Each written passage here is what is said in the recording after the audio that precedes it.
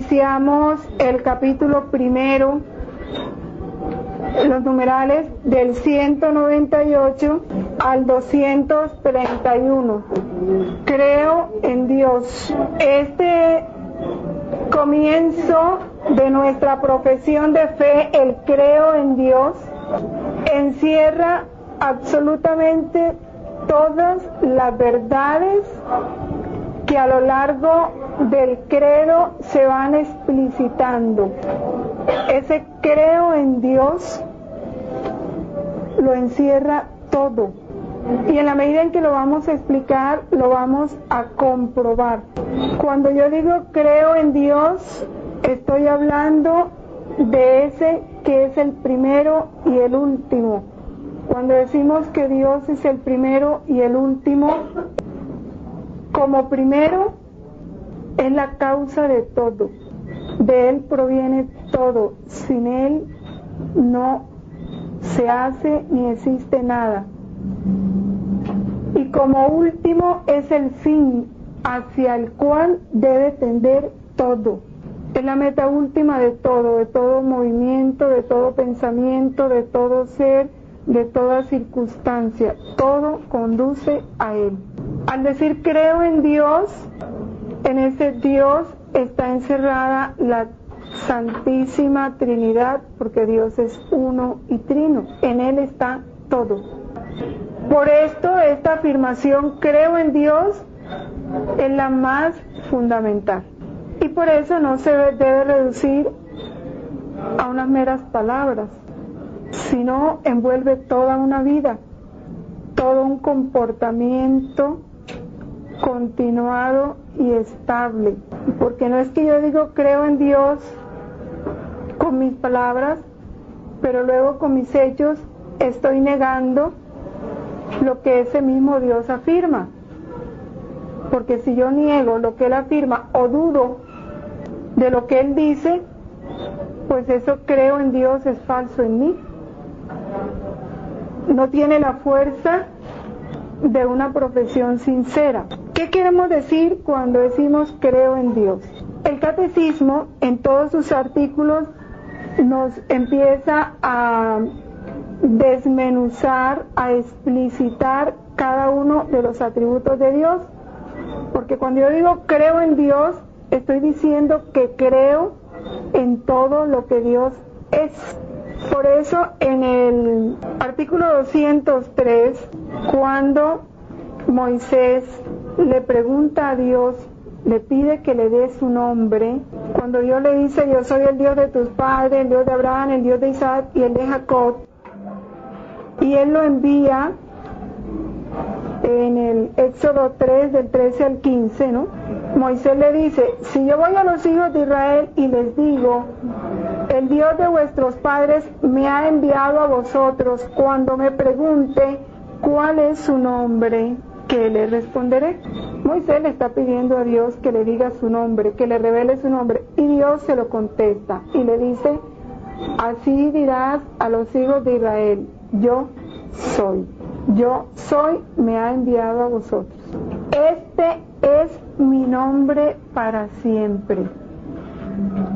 Por él seré invocado de generación en generación. Y en ese nombre, yo soy, está encerrado todo lo que es Dios. Vamos a meditarlo. Primero, ese yo soy, o sea, el nombre siempre expresa la identidad de la persona y el sentido de su vida, siempre. Solo en estos tiempos tan superficiales en los que la humanidad se encuentra, el nombre no expresa ni el sentido, ni la identidad de la persona, ni el sentido de su vida, porque nadie piensa en eso. Si pensara, muchos nombres no se pondrían. Si realmente la persona entendiera que el nombre expresa el sentido de la vida, quitarían el nombre que tiene para ponerse otro. Pero en la historia de la humanidad siempre el nombre ha expresado eso. En algunas culturas todavía eso existe. En el caso de los egipcios, para ellos el nombre significa todo. Y es tan bello porque ellos no lo escogen, ellos dejan que Dios lo elija.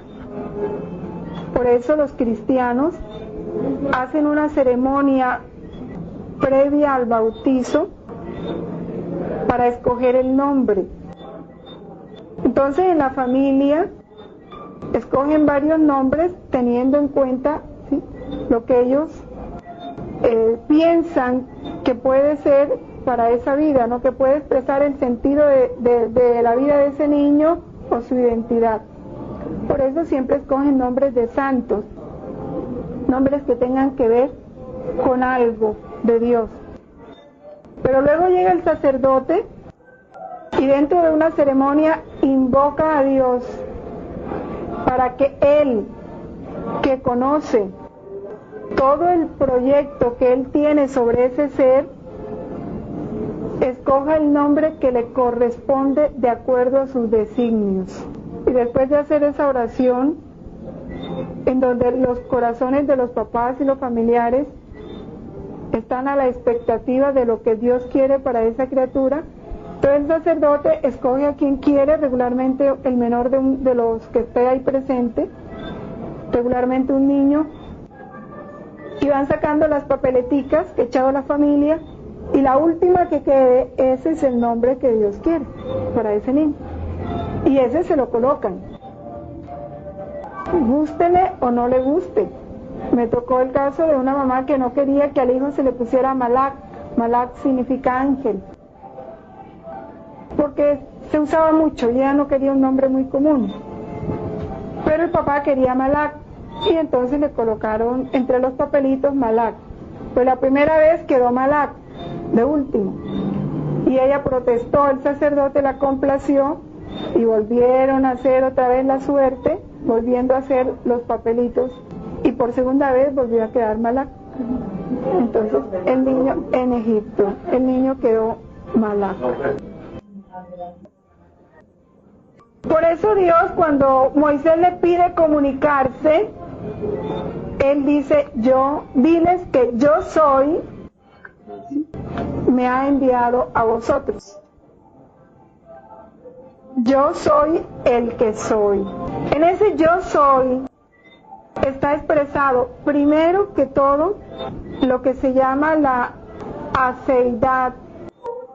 Es, dijéramos, como el atributo fundamental de Dios del cual se desprenden todos, la aceidad.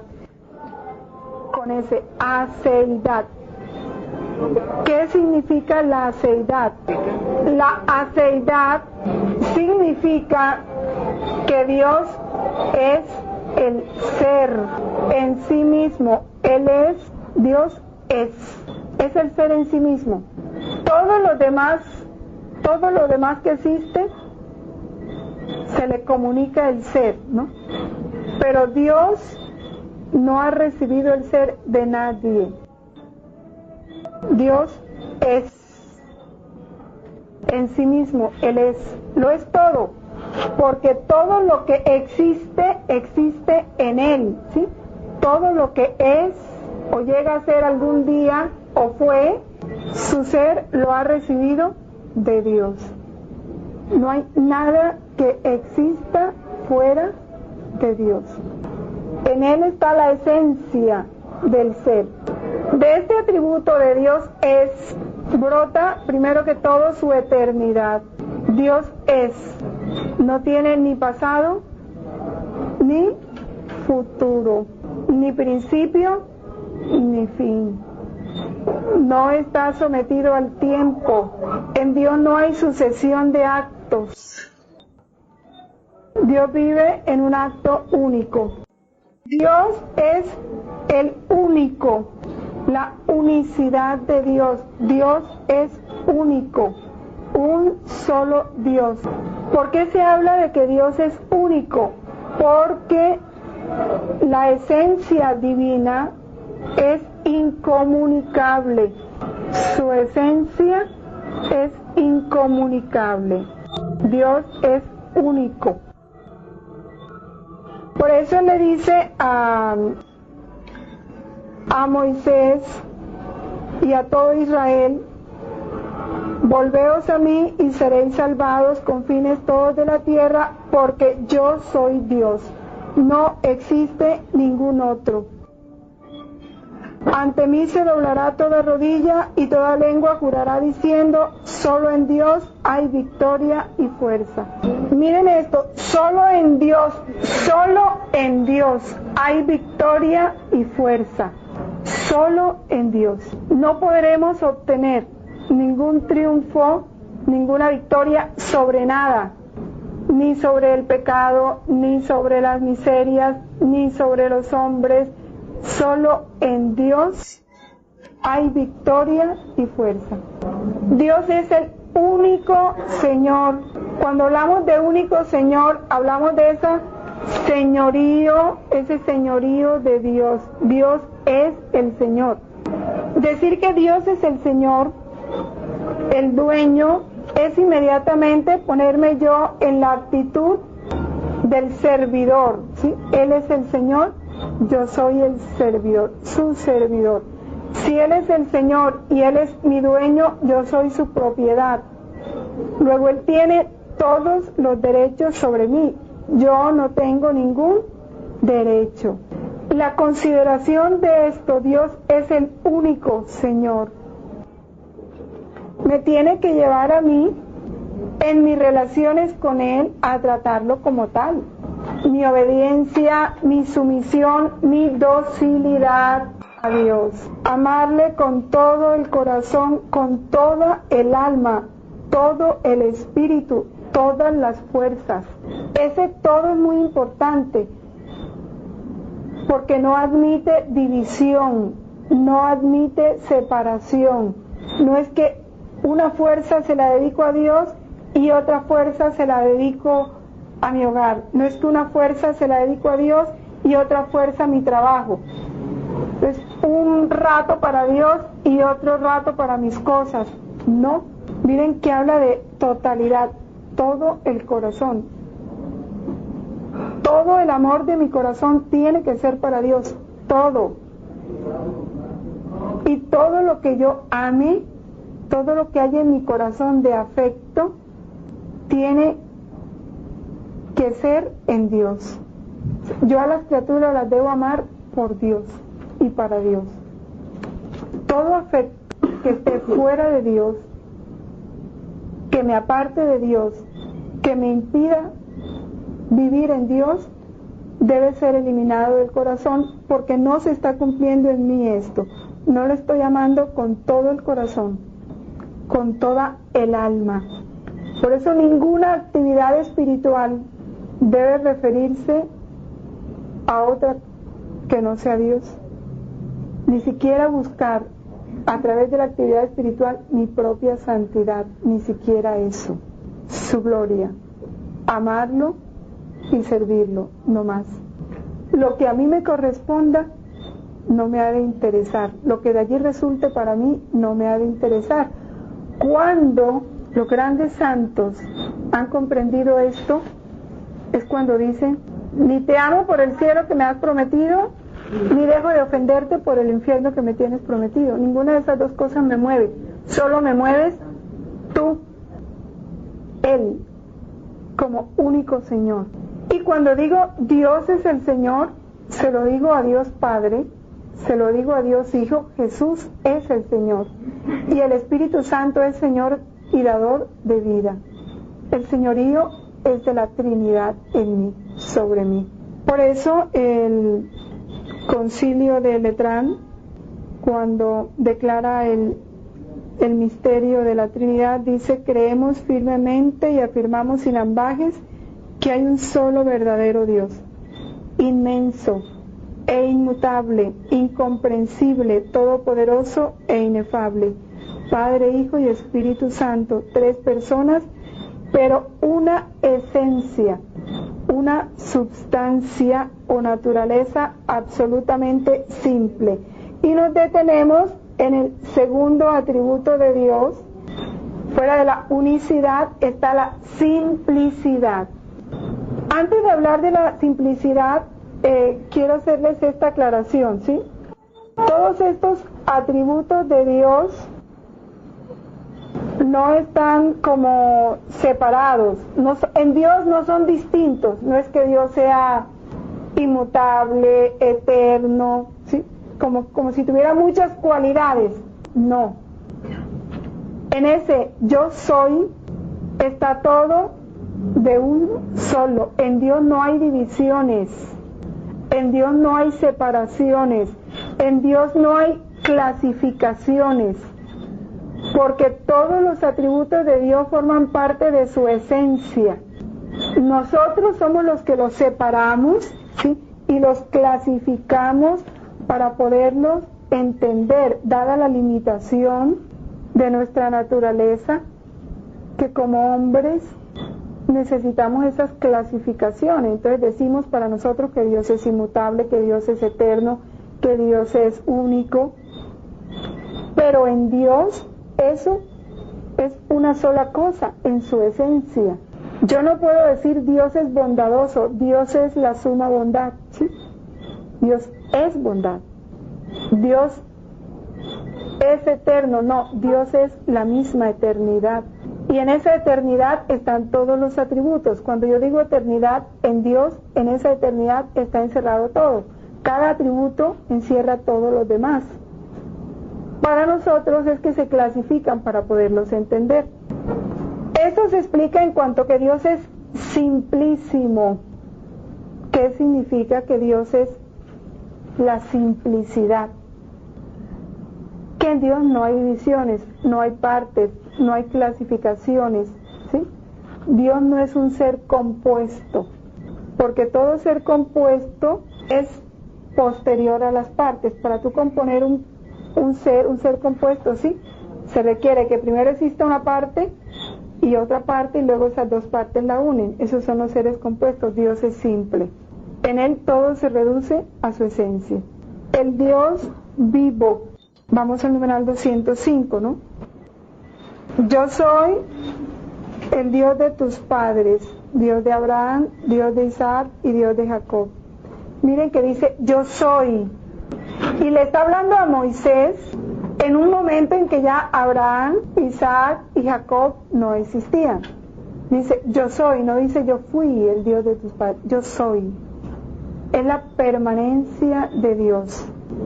Eso nos habla de que Dios va más allá del espacio y del tiempo. Y como va más allá del tiempo y del espacio, en Dios querer es poder. Su voluntad, esas dos cosas se dan en un solo acto. Dios todo lo que quiere lo hace, dice el Salmo. En Él querer y poder es un solo acto, como todo lo de Dios. Por eso Dios pone en obra toda su omnipotencia para cumplir sus designios. Esto nos lo explica, nos lo dice él en una forma más sencilla, cuando dice todo lo que te suceda, ¿sí? Sea de parte de las criaturas, sea de parte de los demonios, lo permito yo para llevarte al estado de gloria, ¿no? Para el cual te he creado, a ese estado sublime, ¿no? Para el cual te creé. Creo que así dice textualmente la estrofa del Salmo en las alabanzas, ¿no? Todo lo permito, es esto, ¿no? Él hace y pone por obra toda su omnipotencia para que se cumplan sus designios sobre el alma. Eso es lo que se llama la providencia. La providencia es la acción conservadora de Dios y la que va determinando para cada uno de sus hijos todas las circunstancias a fin de llevarlo a ese fin para el cual lo creó. Por eso todo lo que nos sucede en nuestra vida está dirigido a eso.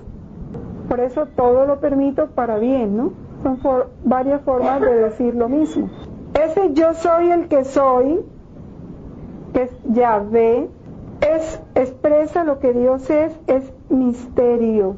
¿Qué significa que Dios es misterio? El misterio está por encima de nuestra capacidad de comprender. A Dios nunca lo podremos comprender, Por eso cuando Él dice yo soy, está expresando un rechazo a un nombre propio, porque a Dios no se le puede definir. Toda definición limita, ¿no? Todo lo que se define está enmarcado dentro de algo, tiene un límite. Dios como Dios no tiene límites, por eso Dios no admite definiciones. Nosotros, para poder tener una ligera comprensión de lo que es Él, buscamos palabras que expliquen, pero nunca nuestras palabras abarcarán todo lo que Él es. Por eso está infinitamente y es infinitamente por encima de todo lo que podemos comprender o decir. Es el Dios escondido. Su nombre es inefable, inexplicable. Ninguna palabra lo agotará. Ninguna. Sin embargo, su inmensa bondad, que en su grandeza se acerca al hombre, ¿no?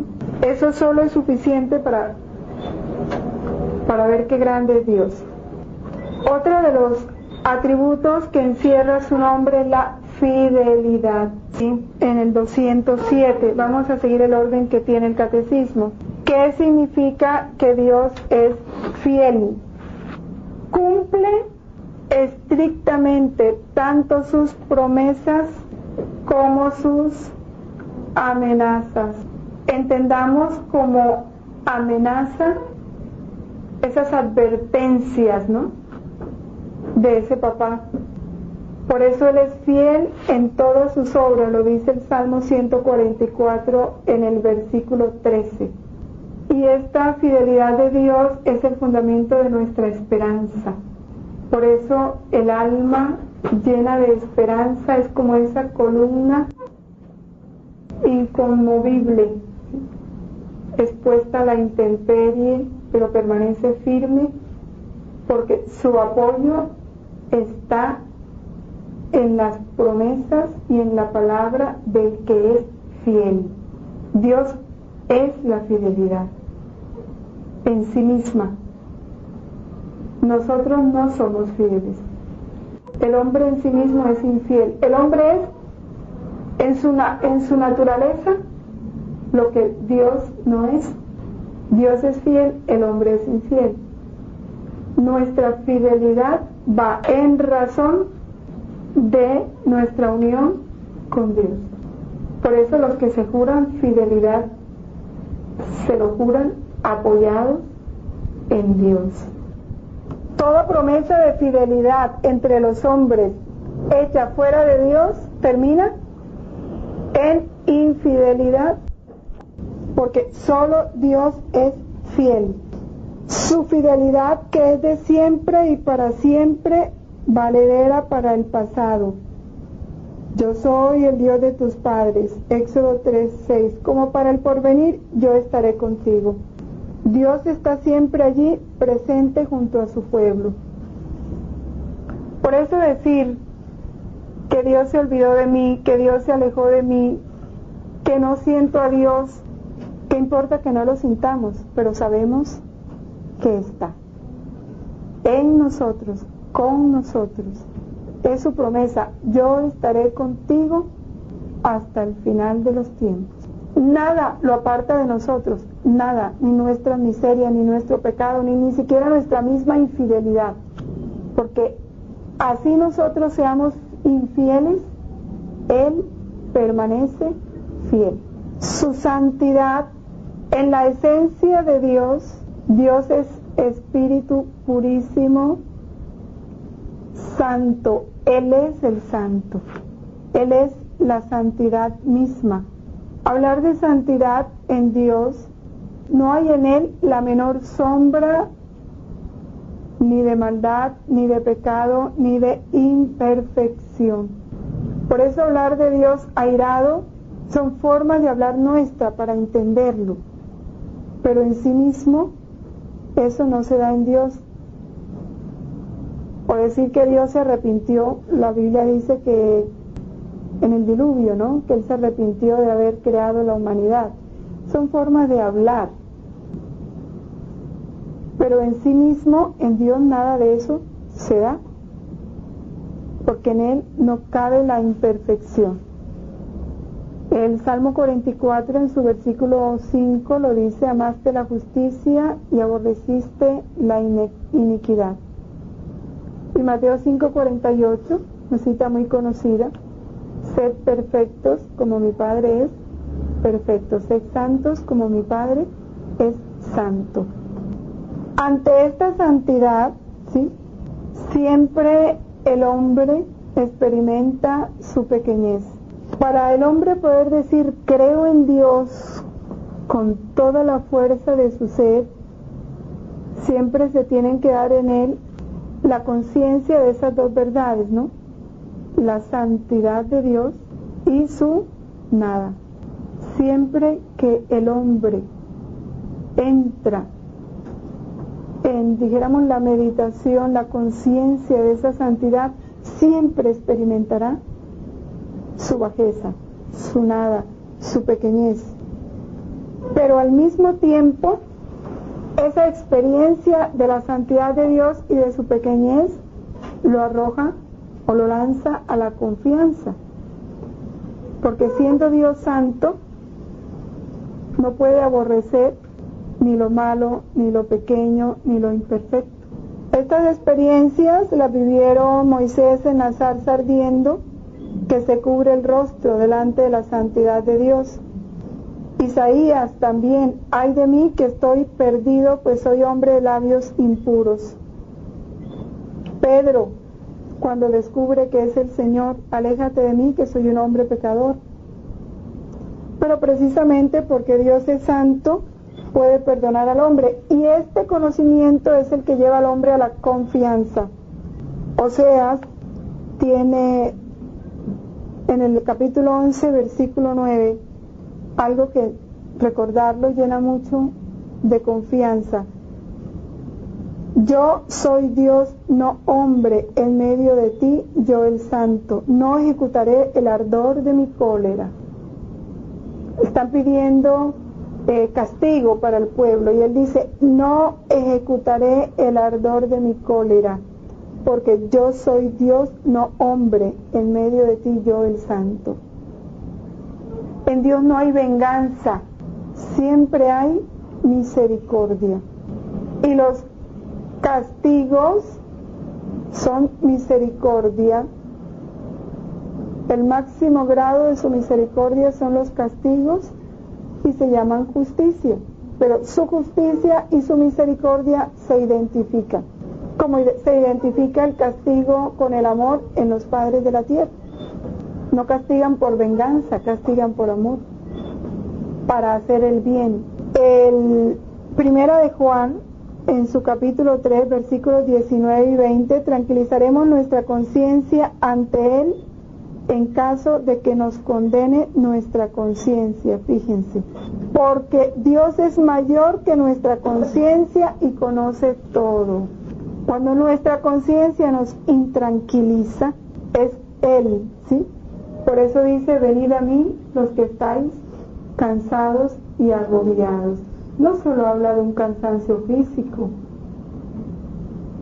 Cuando la conciencia está cargada por las miserias, por el pecado, por la infidelidad, por la impotencia ante el bien, Él tranquiliza nuestra conciencia, porque Él está por encima de ella y conoce todo. Conoce de qué barro estamos hechos, conoce nuestra incapacidad aún para vencer toda esa maldad en nosotros mismos. Él sabe todo. Por eso es la recomendación de no luchar contra nuestras tentaciones, no luchar contra nuestras miserias, no luchar contra nuestros pecados, sino entregárselos a Él, porque Él está por encima de todo eso. Él tranquilizará nuestra conciencia. La bondad, Dios es bondad, es la bondad suma. No es que Dios es bueno, Dios es la bondad suma. Cuando hablamos de esa bondad, ¿qué es la bondad? La bondad en la esencia divina mueve a Dios amarse a sí mismo. Dios no puede amar otra cosa que no sea Él mismo. Dios solo se ama a sí mismo y en sí mismo ama a todas las criaturas y las colma de beneficios. Este atributo de la bondad es exclusivo de Dios.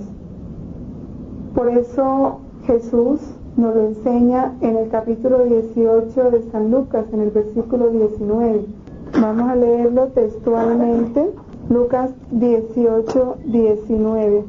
Dice: ¿por qué me llamas bueno? Nadie es bueno sino solo Dios. Porque acuérdense que el joven rico se acerca a él porque ve en él un profeta, ¿no? Ve en él un hombre interesante, pero el joven rico no se acerca a Jesús porque ve en Jesús a Dios. Él no está mirando a Dios, ni al Hijo de Dios. Él está mirando un profeta.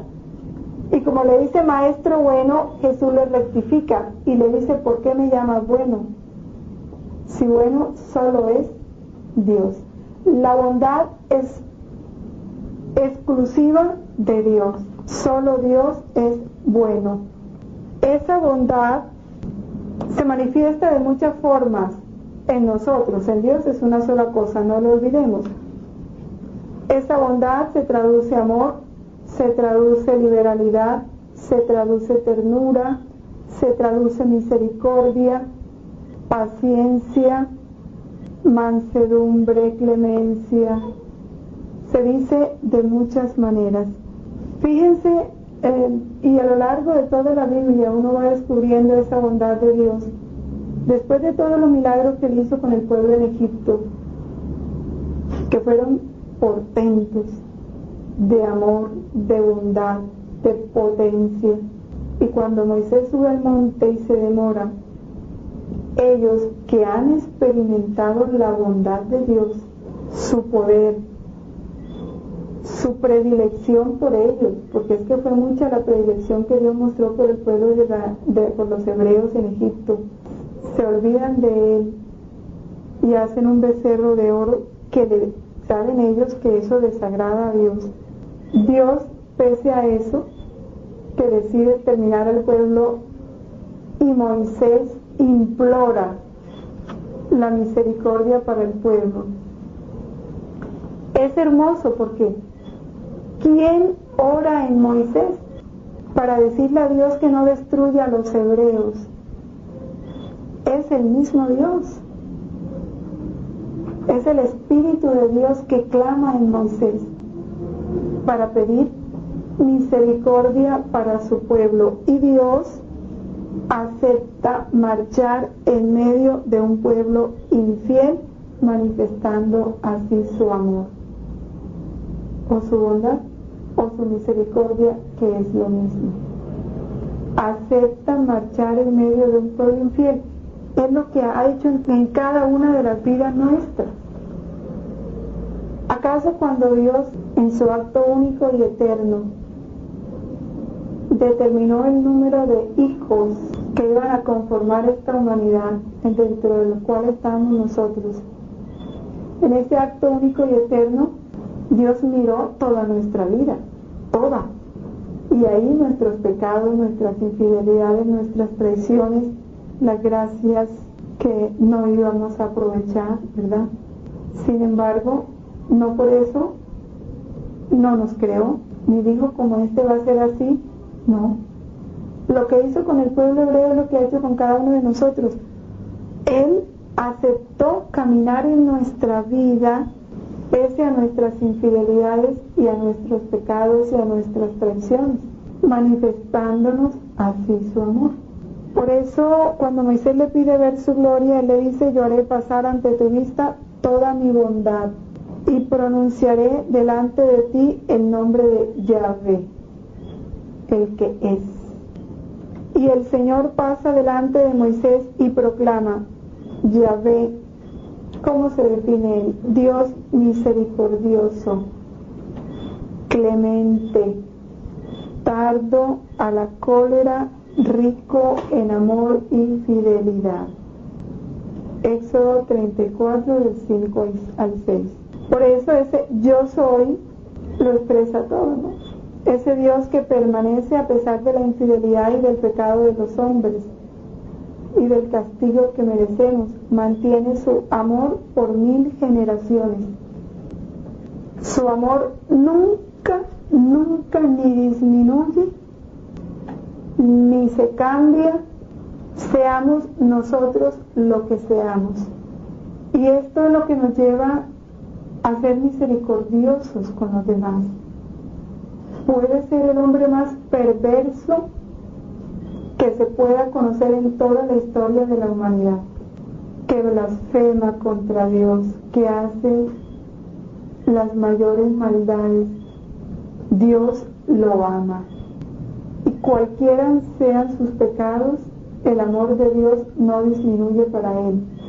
Si Dios lo ama, que Dios es santo y es puro, es la pureza. Yo, pecador como él, ¿por qué no me llama? ¿Quién soy yo para atacarlo, para desearle lo peor, para vengarme? ¿Con qué autoridad?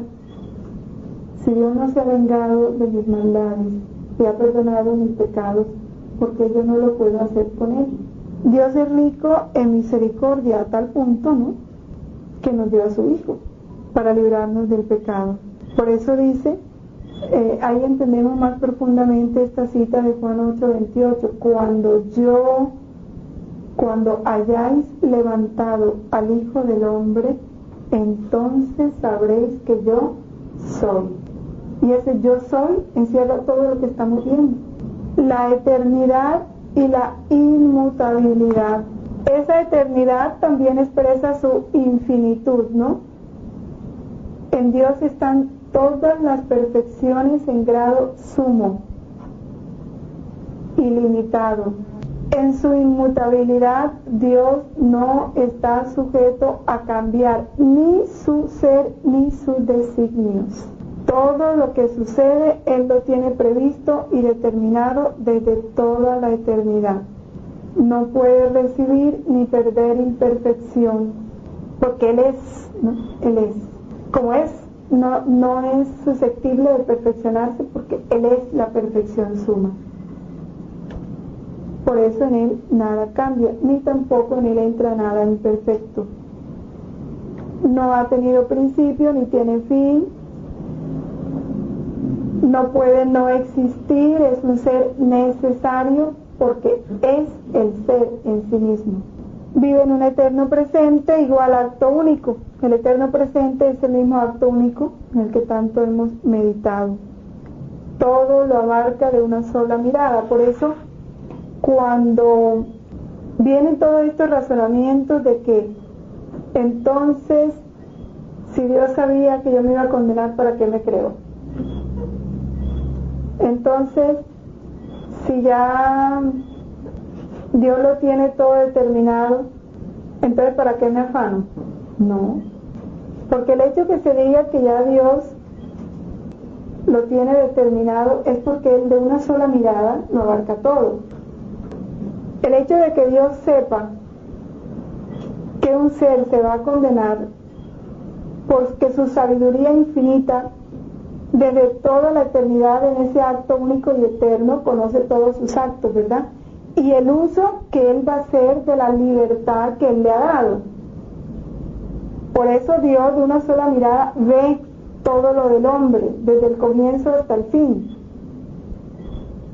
Pero el hecho de que lo vea no indica de que Dios determine crear a este ser para que se condene, porque eso sería una contradicción en el mismo Dios, ¿verdad? Eso iría contra su suma bondad, eso iría contra su amor, ¿no? Él sabe, porque ahí va incluido el respeto a la libertad del hombre. Vamos en él, en el 213. Es la plenitud del ser y de toda perfección, sin origen y sin fin. Mientras todas las criaturas han recibido de Él todo su ser y su poseer, Él solo es su ser mismo y es por sí mismo todo lo que es. Ahí está definido el yo soy el que soy. Por sí mismo, nadie le ha dado el ser. Él está por encima de todo. Él es verdad y es amor. Es verdad. Él es la verdad. No es que Dios es veraz, Dios es la verdad en sí misma. Por eso, el que es rico en amor y fidelidad, porque es que, como decíamos, todo en Dios se da en una sola cosa. Decir verdad es decir amor. Decir verdad es decir fidelidad. Decir verdad es decir infinitud. Dios es fiable, es constante, es fiel, porque es la verdad. Los salmos son la consecuencia del conocimiento que se tenía de Dios en el Antiguo Testamento. En la medida en que ellos iban comprendiendo yo soy el que soy, los atributos de Dios, le iban cantando. El Salmo 138 en su versículo 2 lo dice: doy gracias a tu nombre por tu amor y tu verdad. Él es la verdad porque Dios es luz, en Él no hay tiniebla alguna, lo dice el apóstol Juan en su primera carta, versículos del 1 al 5. Y el versículo 4:8 de esta primera carta dice: Él es el amor. Es la verdad misma, sus palabras no pueden engañar. Esto nos lleva a entregarnos con toda confianza a esa verdad y a esa fidelidad de la palabra de Dios en todas las cosas. Y el pecado brota de ahí, porque ¿qué hizo el espíritu de la mentira en el paraíso? Convencer al hombre que lo que Dios le había dicho no era cierto. Dios les dijo: sí, no lo coman ni lo toquen, porque si lo hacen morirán.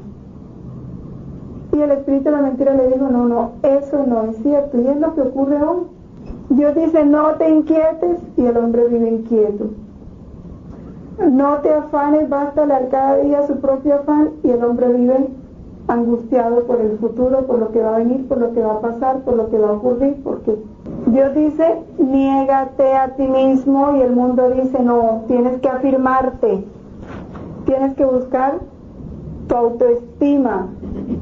Y Dios está diciendo: niégate. Pero el mundo está diciendo lo contrario.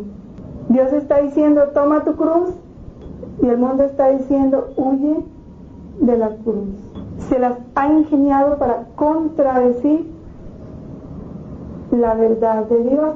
Y lo peor es que diciendo nosotros: creo en Dios, en la vida, estamos negando lo que Dios dice.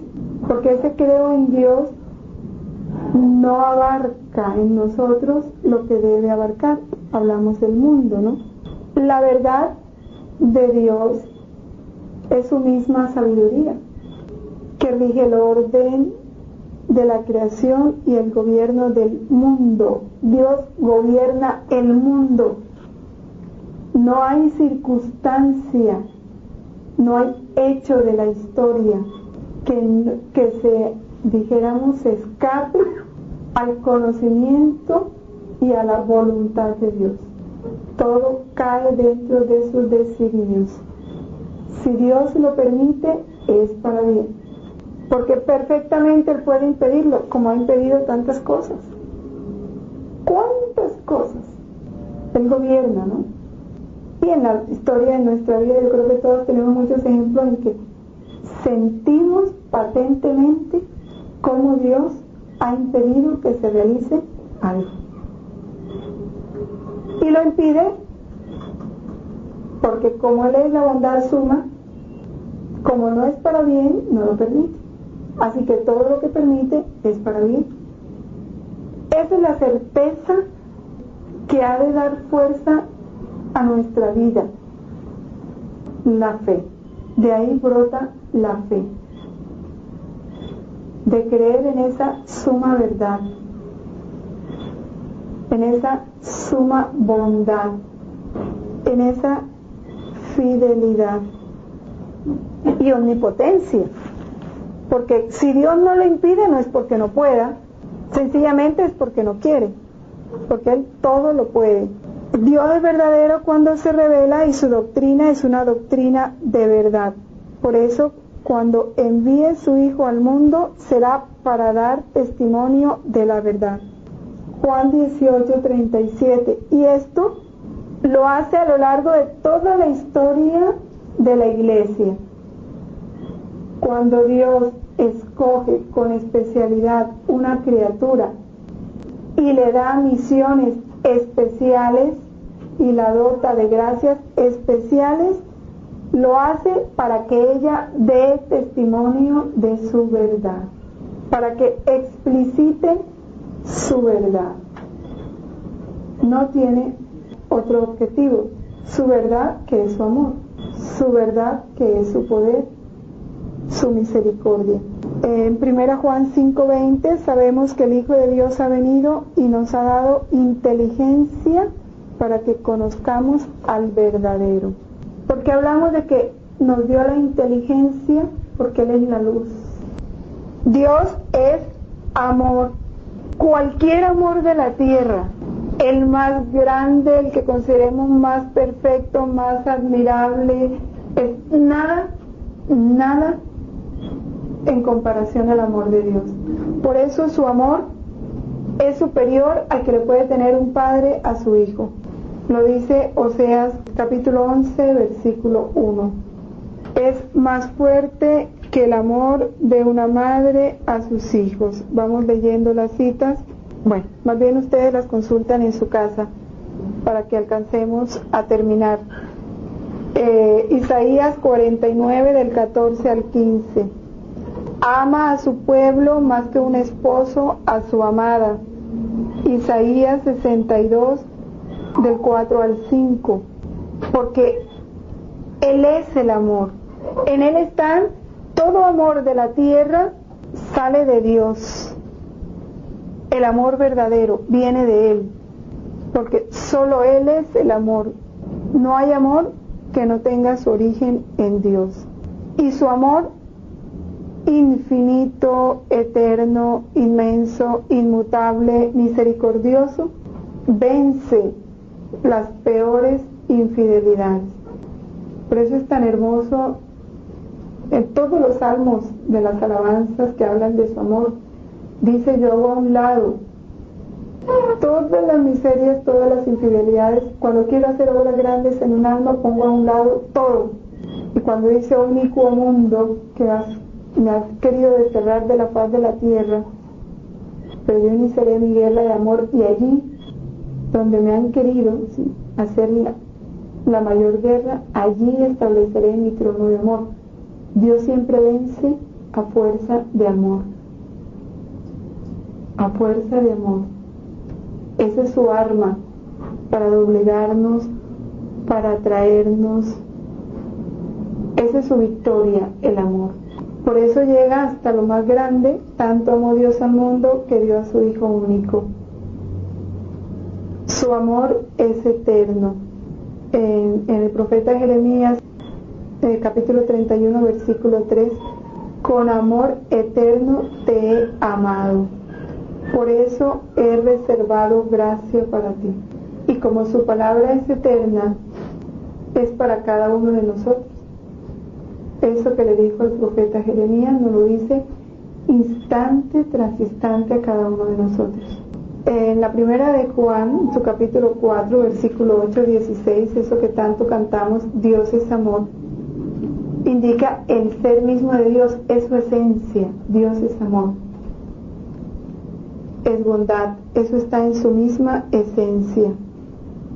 Él mismo, miren esto tan hermoso, Él mismo es una eterna comunicación de amor y nos ha destinado a participar en esa eterna comunicación de amor, porque eso es la vida de la Trinidad, una eterna comunicación de amor, y estamos llamados a vivir en esa eterna comunicación de amor porque cuando Él nos crea, hace de nosotros un ser cuya esencia también es el amor. El hombre fue creado por el amor, para el amor y en el amor.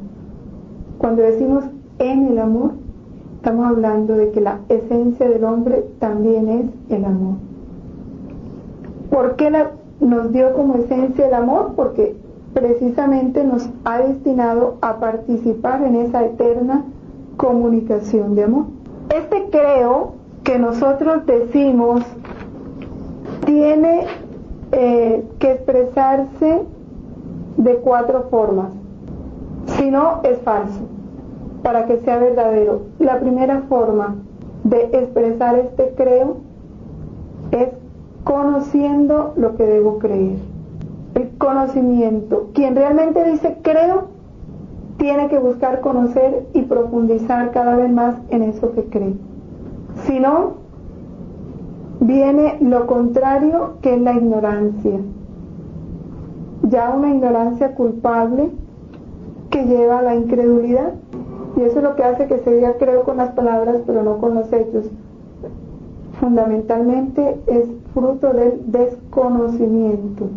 Un segundo aspecto de este creo en Dios yo lo debo profesar interiormente. Todo lo que yo conozco, tengo que creerlo interiormente. Para mí tiene que ser en mi convicción profunda, certeza.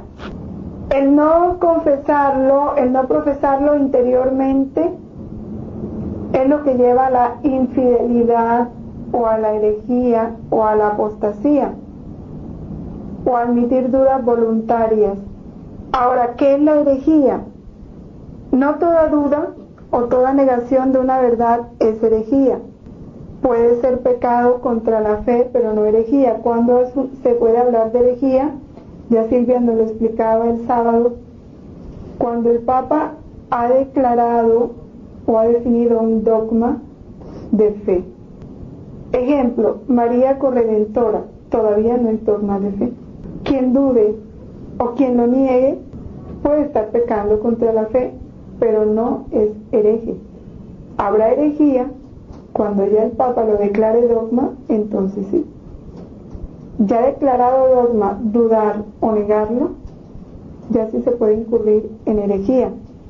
O cuando la Iglesia ya lo enseña y se niega con pertinencia, con insistencia, ¿sí?, a sabiendas de que va en contra de las enseñanzas de la Iglesia, entonces sí puede hablarse de herejía. Un tercer aspecto, fuera el conocimiento y del expresarlo, creerlo internamente, es el confesarlo exteriormente. Es necesario. ¿Por qué? Porque y hay que expresarlo con una vida cristiana, y hay que expresarlo con palabras cuando yo callar esa verdad implique negación o injuria a la religión. Santiago, en su capítulo 11, versículo 20, nos dice algo referente a esto. Si alguno lo encuentra primero, me dice. Capítulo 11. ¿Quieres saber, hombre vano, que es estéril la fe sin las obras? Decir que yo creo, pero si no hay una vida cristiana que lo exprese. Por eso, un termómetro de los tantos que se pueden aplicar de la falta de fe en que ha caído el pueblo de Dios es la deshonestidad. Porque si yo digo que creo en Dios y Dios es mi Señor, Él debe ser el primer servido.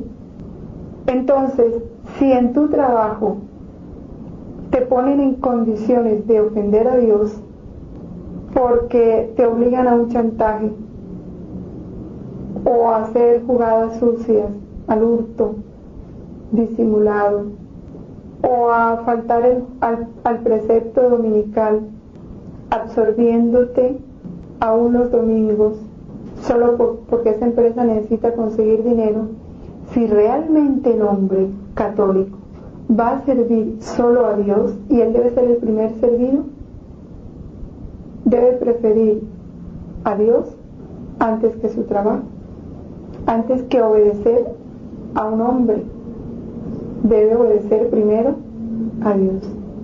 Y todo aquello que se le presente, que se oponga a lo que a Dios le agrada o a lo que Dios pide, debe rechazar. Si realmente Dios es el primer servido, debe confesarlo exteriormente. A veces callamos por respeto humano, por evitar las burlas, por no hacer el ridículo, decimos.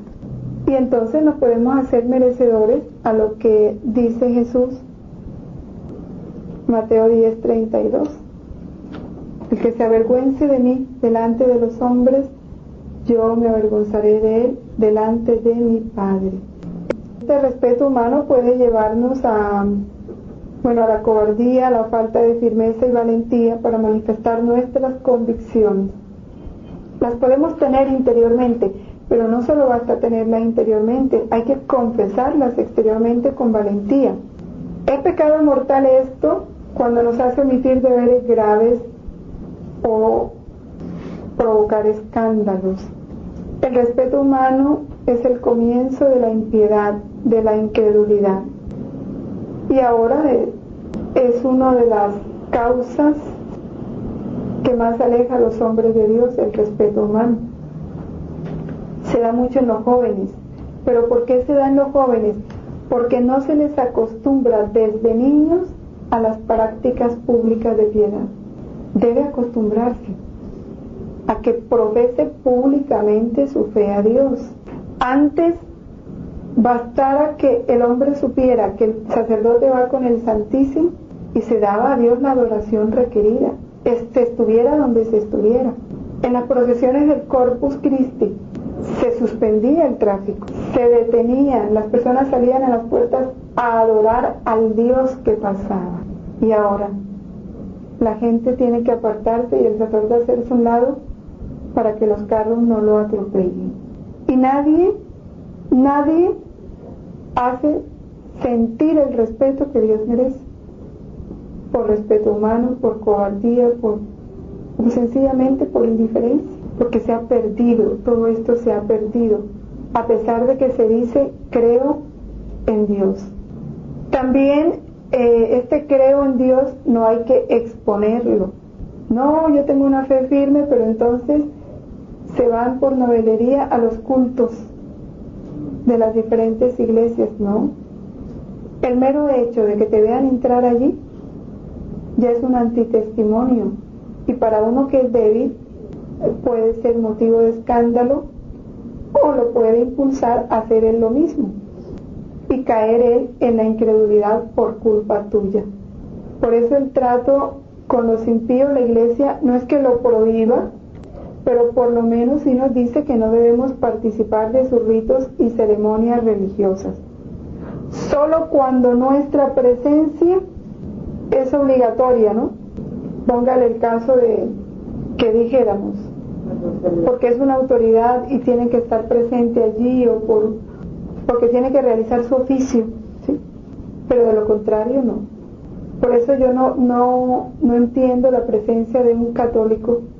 Póngale usted en un matrimonio civil contra la ley de Dios. Con su presencia está apoyando, ¿sí o no?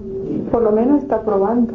Son cosas que, a no ser que sea el juez, y porque es juez le toca obligatoriamente realizar eso y no puede negarse. Pero en una celebración de un matrimonio civil contra la ley de Dios entre católicos, no tiene por qué estar la presencia de un católico celebrando. Es que es contradictorio, sin embargo esas contradicciones se dan por la indiferencia religiosa en que se vive. Las escuelas sin Dios, las lecturas, ¿sí? Los amigos, en los padres católicos la enseñanza de la religión y la moral debe tener un lugar preferencial. Y al seleccionar los colegios, lo primero que debieran mirar es eso. Porque ¿qué vale más, la vida divina que le dieron a sus hijos o la vida humana? Si fueron capaces de pedir para ellos la vida divina en el bautismo, tienen una responsabilidad de conservar esa vida divina. Entonces la selección de las escuelas debe hacerse en razón de lo que tú dices creer y aquello en lo que tú comprometiste a tu hijo a creer. Es que es totalmente fuera de lugar quien dice creo en Dios y lo que menos le importa es cuidar la vida divina de sus hijos. Entonces se mira más todo, ¿no?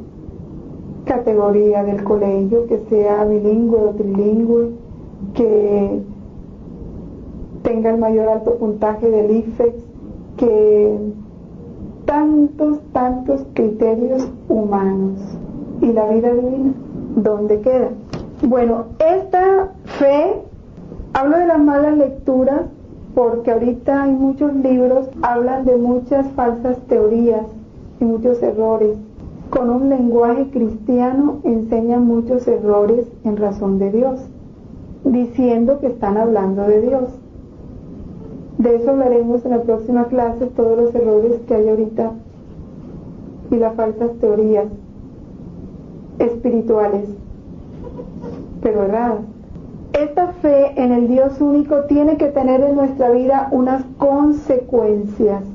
Creer en Dios, el único, y amarlo con todo el ser, es reconocer la grandeza y la majestad de Dios. Es tan grande que supera nuestra ciencia, está por encima de todo lo que yo pienso, de lo que creo, de lo que me parece, de lo que sé. Por esto debe ser el primer servido. Y ese sería Dios es el primer servido en mi vida. O sea, Dios tiene el primer lugar en mi tiempo. ¿Quién tiene el primer lugar en mi tiempo? Mi trabajo, mi esposo, mi esposa, mi hijo o Dios. En mis preocupaciones, en mis afectos, ¿quién es el primer servido? Creer en Dios es vivir en acción de gracias. Vivir en acción de gracias. Lo que quiere decir es mantenernos en una acción de gracias ininterrumpida, porque la vida es ininterrumpida. Todo lo que hemos recibido, lo que somos, lo que poseemos, viene de Él. ¿Qué tienes que no hayas recibido? ¿Cómo pagaré al Señor todo el bien que me ha hecho? Dice el salmista en el Salmo 116. Creer en Dios es reconocer la unidad y la verdadera dignidad de todos los hombres. Lo que decíamos, porque creer en Dios es creer en un Dios misericordioso, es saber que Dios lo ama con amor eterno, con amor inmutable. Es sentirlo hijo de Dios, es sentir a todos mis hermanos. Es hacer con ellos lo que yo sé que Dios haría, que Dios quiere y que a Dios le agrada. Todos han sido hechos a imagen y semejanza de Dios. Creer en Dios es usar bien de las cosas creadas. Esta fe en Dios nos debe llevar a usar de todo lo que no es Él en la medida en que nos acerca a Él. Todo en mi vida tiene que estar referido a Dios, todo, aún las cosas materiales, aún las cosas más bajas. Buscar lo que me une a Él y evitar lo que me separa de Él. Esta oración de San Nicolás dice: Señor mío y Dios mío, quítame todo lo que me aleja de ti. Señor mío y Dios mío, dame todo lo que me acerca a ti. Señor mío y Dios mío, despójame de mí mismo para darme todo a ti. Es el niégate, ¿no? Es el comprender la necesidad de negarnos, de despojarnos, de morir.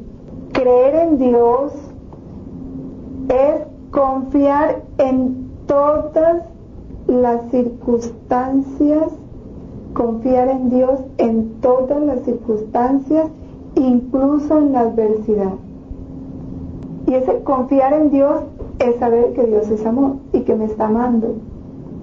Confiar en Dios es saber que si Él permitió que me sucediera es para bien, porque me ama. Es tener como única respuesta, porque Dios me ama. Esto pasó porque Dios me ama. Esto no me pasó porque Dios me ama. Me dijeron esto porque Dios me ama. Piensan esto de mí porque Dios me ama. En esta oración de Santa Teresa, Jesús lo expresa admirablemente. Nada te turbe, nada. Turbación es miedo. Turbación es ansiedad. Turbación es angustia. Nada te turbe. Nada te espante. Nada te asombre. Nada te haga temer. Nada te cause horror. Nada. Ahí aprenderemos a dejar de tenerle miedo que a la tormenta, que a nada, que a lo que va a venir, que a lo que va a pasar. Todo se pasa, todo. No hay mal que dure 100 años, ni cuerpo que lo resista. Dios no nos tienta por encima de nuestras fuerzas. Nada, nada, nada, nada. Dios no permite para nosotros nada que nos vaya a hacer daño, tengamos la certeza. Todo se pasa, Dios todo lo da con número y medida. Aún el tiempo de la adversidad, Él lo tiene perfectamente calculado. Dios no se muda, Dios no cambia, Dios es amor. La paciencia todo lo alcanza, la paciencia todo lo alcanza. La ciencia de la paz, no alterarnos, no perder la paz. Quien a Dios tiene, nada le falta. ¿Por qué no le falta nada? Porque Dios es todo y en Él está todo, Él lo contiene todo. Solo Dios basta. Si Él encierra en sí todos los seres, puede separarse de nosotros el ser más querido. Se separará corporalmente, pero en Dios está. Y si estamos en Dios y Él está en Dios, estamos unidos. En Dios lo encontramos todo, porque solo Dios basta.